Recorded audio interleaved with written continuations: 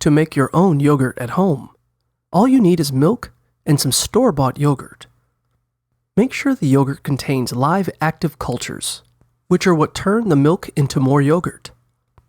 First, pour 8 cups, 2 liters, of milk into a Dutch oven. Then, heat the milk over medium-high heat, stirring it continuously so it doesn't scorch. Use an instant read thermometer to check the temperature of the milk. Once it reads 200 degrees Fahrenheit, 93 degrees Celsius, turn off the heat and let the milk cool to around 115 degrees Fahrenheit, 46 degrees Celsius. Now, add 1 cup, 235 milliliters, of the warm milk and add half a cup, 120 grams, of store-bought yogurt to a bowl and whisk until they're well blended. Whisk the thinned yogurt into the rest of the warm milk.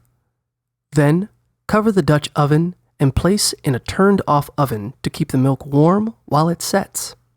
Let the yogurt set for at least 4 hours, or until it reaches the taste and consistency you like.